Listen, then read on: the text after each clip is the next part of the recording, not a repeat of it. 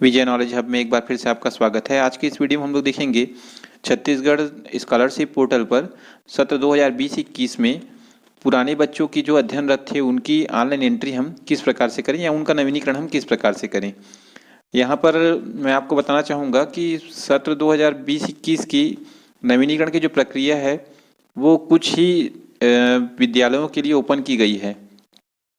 तो मैं पहले आपको यहाँ पर बताऊंगा कि यह किन विद्यालयों के लिए ओपन की गई है और हम इसे किस प्रकार से चेक कर सकते हैं कि हमारे विद्यालय की ऑनलाइन एंट्री अभी की जा सकती है अथवा नहीं।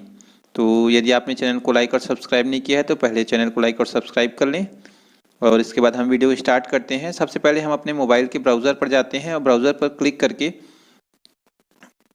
उसके एड्रेस बार पर स्कॉलरशिप टाइप करते हैं। जैसे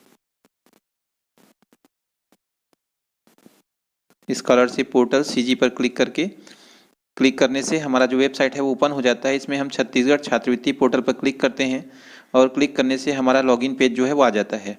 यहाँ पर हम अपने स्कूल का यूज़र आईडी और पासवर्ड टाइप करते हैं। ये यूज़र आईडी और पासवर्ड मैंने क्या कर दिया, टाइप कर दिया है। अब मैं यहाँ पर कैप्चा कोड भरता हूँ 54 और 45। कैप्चा कोड भर के मैं लॉगिन करता हूँ। जैसे मैं लॉगिन करता हूँ तो इसका जो फ्रंट पेज है वो आ जाता है। फ्रंट पेज में सबसे पहले डीपीआई का निर्देश दिया हुआ है कि सत्र 2019-20 में पंजीकृत सभी विद्यार्थियों का सफल भुगतान होने पर ही 20-21 की छात्रवृत्ति हेतु नवीनीकरण किया जा सकेगा।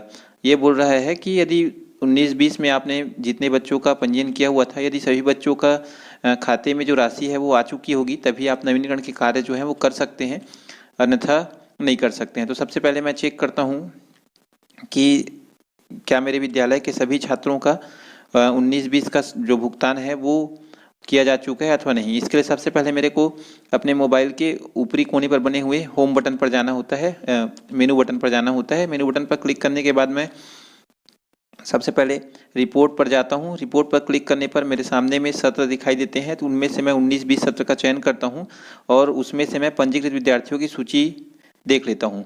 जैसे ही मैं पंजीकृत विद्यार्थियों की सूची देखता हूँ तो मेरे द्वारा उस सत्र में 19-20 में कितने बच्चों का छात्रवृत्ति हेतु फॉर्म भरा गया था उसकी सूची दिखाई देती है। यहाँ पर लिखा हुआ है कुल विद्यार्थियों की संख्या 41 और यहाँ पर छात्रों की सूची भी मेरे को दिखाई पड़ती है।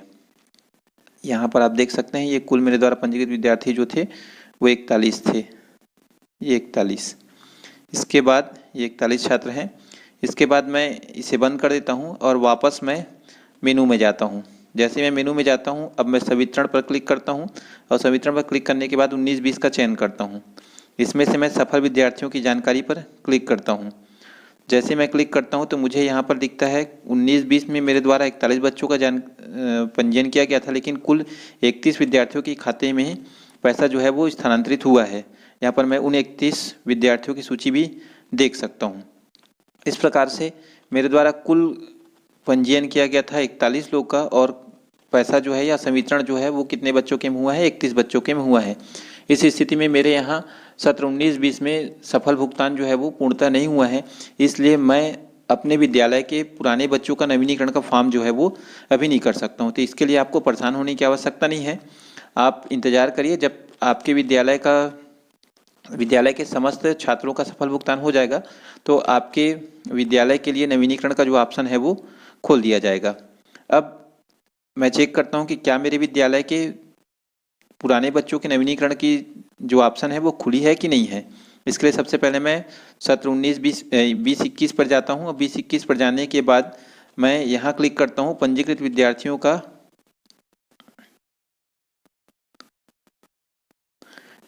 विद्यार्थियों का आवेदन सुधारें। जैसे मैं इस ऑप्शन पर क्लिक करता हूँ तो क्लिक करने पर यहाँ पर जो आते हैं ऑप्शन वो सब सारे इनएक्टिव हैं। यहाँ पर मैं क्लिक करके इनको सुधार नहीं सकता हूँ। तो ऐसी स्थिति में मुझे इंतज़ार करना है और जब मेरे विद्यालय के समस्त छात्रों का छात्रवृत्ति भुगतान 19-20 का हो जाएगा तो ऐसी स्थिति में ये सारे ऑप्शन जो है मेरे लिए एक्टिव हो जाएंगे। आइए अब हम देखते हैं किसी दूसरे विद्यालय का लॉगिन करके जहाँ पर नए विद्यार्थी पुराने पंजीकृत विद्यार्थियों का जो पंजीयन है या नवीनीकरण जो है वो किया जा सकता है। इसके लिए सबसे पहले मैं यहाँ से लॉग आउट हो जाता हूँ और लॉग आउट होने के बाद मैं किसी दूसरे स्कूल पे लॉगिन हो रहा हूँ। दूसरे स्कूल पर लॉगिन होता हूँ और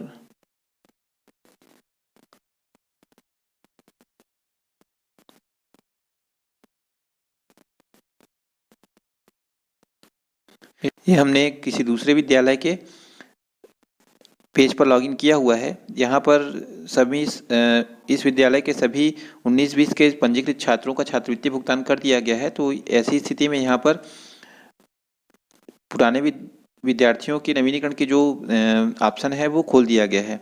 इसके लिए पुराने विद्यार्थियों के नवीनीकरण के लिए सबसे पहले हम ऊपरी कोने में बने हुए होम बटन पर जाते हैं और पंजीयन 2020-21 का चयन करते हैं। पंजीयन 2020-21 का चयन करने के बाद हम 5वें नंबर के ऑप्शन पंजीकृत विद्यार्थी का आवेदन सुधार निरस्त करे पर क्लिक करते हैं। जैसे हम इस ऑप्शन पर क्लिक करते हैं तो क्लिक करने के बाद हमको उस सत्र 19-20 में दर्ज किए गए समस्त विद्यार्थियों की जानकारी जो है वो दिखाई देने लगती है। यहाँ पर हम एक चीज़ देखते हैं कि यहाँ पर सभी छात्रों का कक्षा जो है वो अपग्रेड कर दिया गया है। अर्थात जिन बच्चों का नाम पिछले वर्ष कक्षा 4वीं में था उनका नाम अभी कक्षा 5वीं में दिखा रहा है, और जिनका नाम कक्षा 5वीं में पिछले वर्ष था उनकी कक्षा जो है अभी कक्षा 6वीं में दिखाई जा रही है। तो यहाँ पर हम 2 कार्य कर सकते हैं। ऐसे छात्र जो हमारे विद्यालय में अध्ययनरत नहीं है उनको हम निरस्त कर सकते हैं, जिनसे उनका नाम हमारे विद्यालय से कट जाएगा। और ऐसे छात्र जो हमारे विद्यालय में अध्ययनरत हैं उनके लिए हम एडिट एप्लीकेशन पर क्लिक करते हैं और उनके आवेदन में जो आवश्यक सुधार होता है वो हम कर लेते हैं। आवश्यक सुधार करने के बाद हम सेव ऑप्शन पर क्लिक करते हैं और उनका आवेदन जो है वो सेव कर लेते हैं। इस प्रकार से हम पुराने सभी छात्रों का नवीनीकरण कर सकते हैं। लेकिन मैं यहाँ पर आपको अपना व्यक्तिगत एक सलाह देना चाहूँगा कि जब तक ये पोर्टल जो है वो पूर्ण रूप से स्टार्ट नहीं होता है, ऐसी स्थिति में हमें थोड़ी सी सावधानी बरतनी चाहिए और हमारा जो डाटा है वो हमको फाइनलाइज नहीं करना चाहिए। इसी प्रकार से और जानकारी के लिए आप वीडियो को लाइक करें और सब्सक्राइब करें ताकि आने वाली वीडियो जो है वो आपको आसानी से मिल सके। धन्यवाद।